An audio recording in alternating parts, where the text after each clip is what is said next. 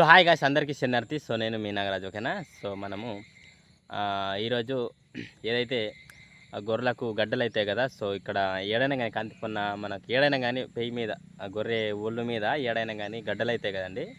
So అవి చీమ్ గడ్డలు లేకుండా లోపల ఏముండేది తెలియదు మనకు. చీమ్ ఉండేది తెలియదు, రక్తం గడ్డ కట్టేది తెలియదు. ఇట్లా లోపల మనకు అది పలిగేదాకా ఏర్పడుతుంది అనమాట, ఓకేనా. సో అది వేరే రకం అయితే అవుతుంది.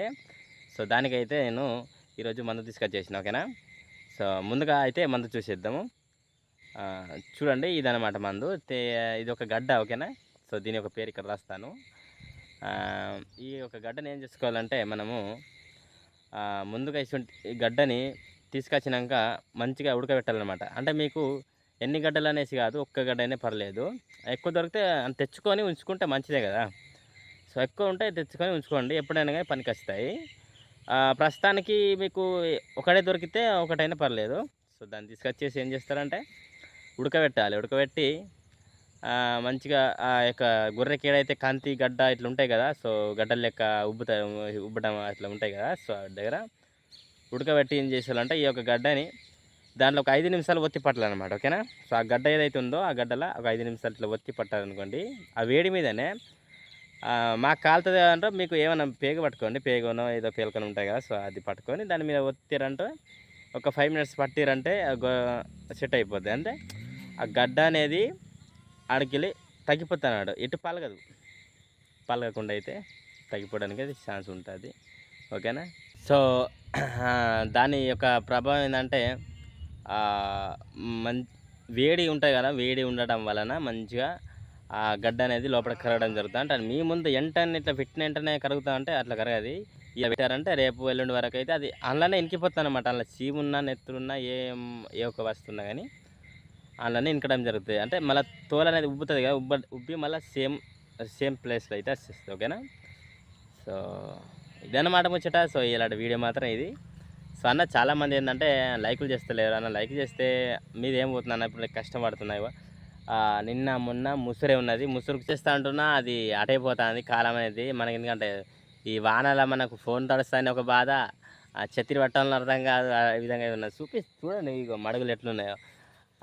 ఇప్పుడు కొద్దిగా తెలిసింది. ఇది కూడా ఇప్పుడు టైం ఎంత అవుతుంది అనుకున్నారు, 5:30 అవుతాను కావచ్చు చిల్లర.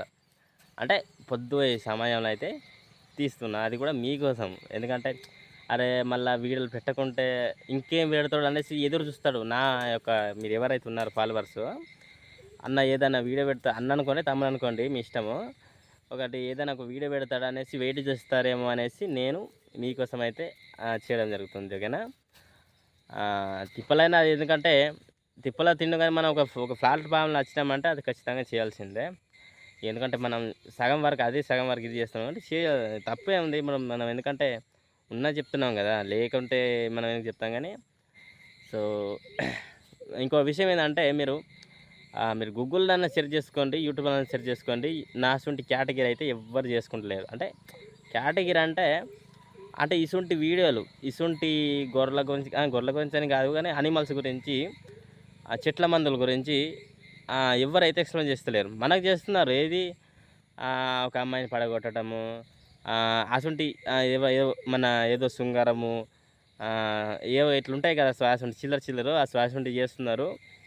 కానీ ఇసుంటి హెల్పింగ్ బతకరా బిడ్డ అనేసి ఇసుంటి అయితే చేస్తలేరు. ఎందుకంటే రేపటి రోజున నేను అంటే మీరు బతకరాన్ని చేస్తే నన్ను ఎడ ముంచుతారు అనే భయంతో చేస్తలేరు అనమాట. సో అది ఎవరైనా పుల్లలు పెట్టాలి చాలామంది ఉంటారు. నా దగ్గర ఇప్పుడు వేల కొద్ది చూస్తారు. వేల కొద్ది చూస్తే నాకు అందులో ఎవడో కొద్దిగా వచ్చినోడు నాకు పుల్ల పెట్టచ్చు. కానీ పుల్ల పెట్టినా నాకు ఏం కాదు. ఎందుకంటే మన తన పుల్ల పెట్టినా కానీ రాకుండా అయితే చేసే మందు ఉన్నది అనమాట, ఓకేనా. సో అందుకే అవన్నీ తెలుసుకొని ఈ యొక్క ప్లాట్ఫామ్లో దిగడం జరిగింది. సో ఇదన్నమాట ముచ్చట. So thank for watching. జై హింద్.